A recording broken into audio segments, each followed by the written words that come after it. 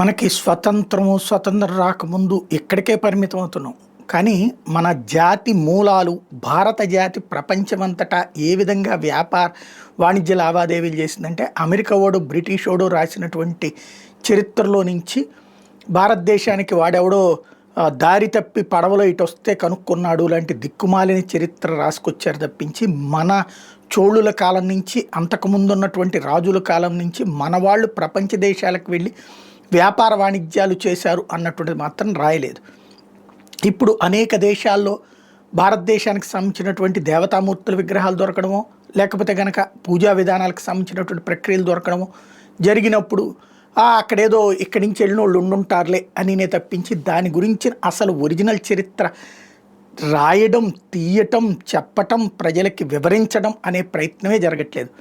Bharatiya Janata party సెంటర్లో అధికారంలో ఉండి కూడా అలా చేయలేకపోవడం వాళ్ళ వైఫల్యం. ఎందుకంటే సంస్కృతి సంప్రదాయాల గురించి కాస్తో కోస్తే వాళ్ళకి కూడా హిందూ ధర్మాన్ని గురించి మాట్లాడేది వాళ్ళే. వాళ్ళు కూడా అది ఎందుకు సీరియస్గా తీసుకోవట్లేదు తెలియదు.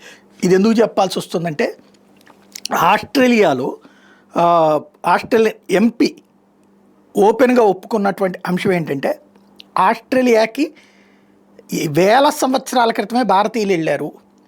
ఇప్పుడు యూరప్ దేశాలు ఆస్ట్రేలియాని ఆక్రమించుకోకముందే భారతీయులు వెళ్ళి అక్కడ సెటిల్ అయ్యారు. ఇది ఏంటంటే తాజాగా డిఎన్ఏకి సంబంధించినటువంటి లెక్కలు తీసినప్పుడు బయటపడ్డటువంటి కాన్సెప్ట్ ఆధారంగా బయటకు వచ్చినటువంటిది. 11% అక్కడ పబ్లిక్లో భారతీయ డిఎన్ఏ ఉందట. 11% మంది ఆస్ట్రేలియన్ పౌరుల్లో. అంటే భారతీయులు మైగ్రేట్ అయింది వేల సంవత్సరాల క్రితమే వెళ్ళారు ఆస్ట్రేలియాకి అన్నటువంటి నిజాలు బయటపడ్డాయి అన్నమాట.